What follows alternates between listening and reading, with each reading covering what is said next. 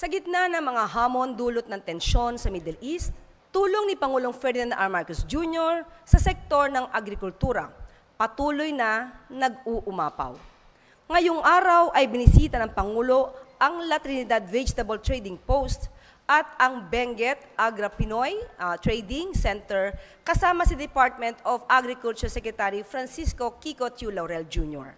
Namahagi ang Pangulo ng aabot sa 16 million pesos na pinagsamang halaga ng farm equipment at cash grants para sa mga magsasakang apektado ng kaguluhan sa ibayong dagat. Sa nasabing halaga, aabot sa 8.54 million pesos ang farm inputs at equipment at 7.25 million pesos naman ang cash grants ng pinamamahagi sa farmers, cooperatives, and associations. Ayon kay Pangulong Marcos Jr., ramdam ng pamahalaan ang pasanin na dulot ng presyo ng langis na siyang nagpapabigat sa gastusin ng mga magsasaka. Kaya naman, inatasan na ni Pangulong Marcos Jr. ang lahat ng ahensya na tugunan ang mga hamon sa logistics ng produktong pang-agrikultura na dulot ng pagtaas ng langis. Kabilang sa mga solusyon ng pamahalaan ay ang mga sumusunod.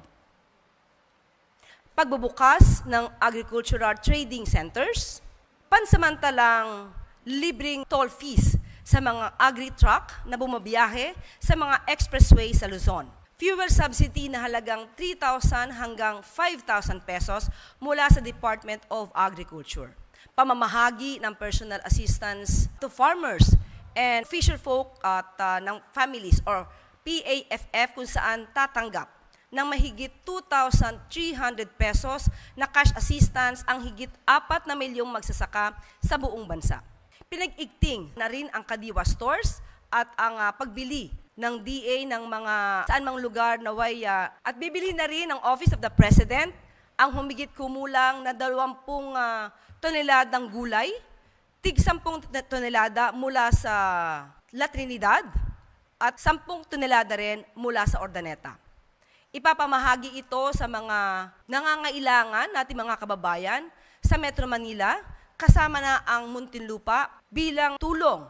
At ito'y kasama na rin ang Manila City Jail at walang gutom na proyekto ng DSWD para sa mga orphanage.